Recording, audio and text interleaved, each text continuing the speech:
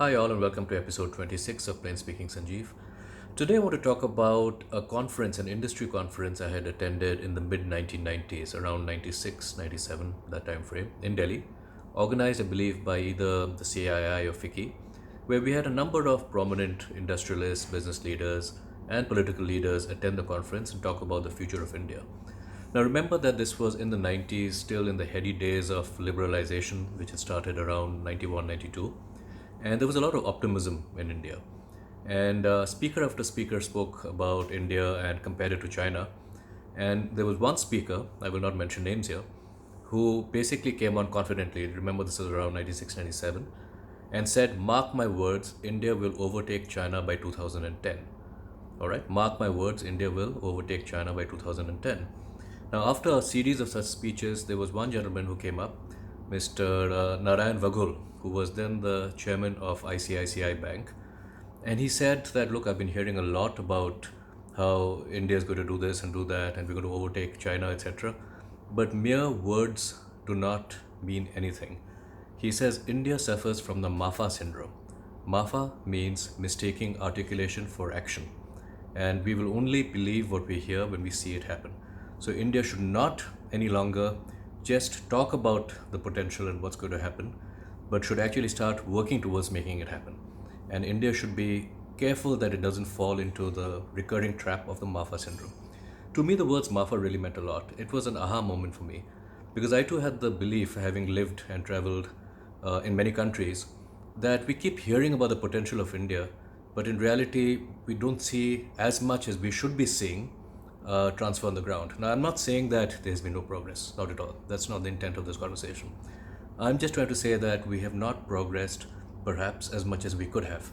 So let me give you some statistics to back this up. Now, in 1982, India's GDP was approximately the same as China's. It's 1982. That's in, when I was a teenager. Now, in 1995, which is a year or two before this conference had taken place, India's GDP was half of China, which means that China was twice as big in GDP as India. So in 13 years between 1982 and 1995, China had gone from being approximately the same GDP as India to double India's GDP. But now in 1996-97, we had prominent people come on and say confidently that India would overtake China or catch up with China till 2010 and thereafter overtake China. So let's look at what happened after 1997. Today is 25 years later. So 1995, China was 2x India's GDP. Today is 2020. Now, if you look at popular media or you talk to many people, the perception is that India is catching up with China. That is just a matter of time eventually, but we're catching up with China. And I'm not talking about the COVID world, etc. This is not a political talk. This is a developmental talk. But here's the reality. In 1995, China was twice India's GDP. In 2020, 25 years later, China is 5 times India's GDP, which means China has grown 2.5 times faster than India in the last 25 years. So leave aside the claim or the hope that India would catch up with China by 2010. We've actually lost even more ground, and today we are just 1/5 of China's GDP. 1/5. And how do I tie this back to an industry that obviously I know and follow closely, aviation?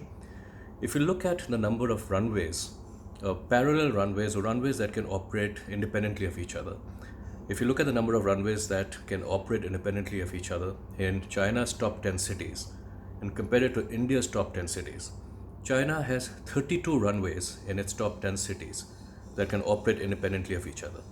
India has 12 runways in its top 10 cities that can operate independently of each other, which means on average every top 10 Chinese city has 3 runways operating independently. India has 1.2. Obviously 1.2 means 1. Now, this is a stark metric about the kind of challenge we are facing, the infrastructure bottlenecks that are holding us back.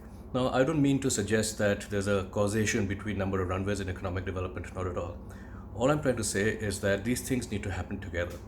Infrastructure needs to develop at a much faster pace, and we need to focus on really moving the needle where there's a bottleneck. And as long as India's biggest cities, the top 10, top 15 cities, remain bottlenecked in terms of infrastructure, whether it's runways or roads or trains or whatever, we are not going to be able to reach our full potential because the top 10 cities, the big cities, are the commercial and economic hubs of the country. Now, another stark statistic. Since independence, since 1947, India has added a net total of 2 runways incremental to its top 10 cities. Since 1947, we've added 2 incremental runways to our top 10 cities, right? So the 10 to 12 has happened over the course of the last 80 years. Now, obviously, you will agree with me that that is not a pace which is fast enough.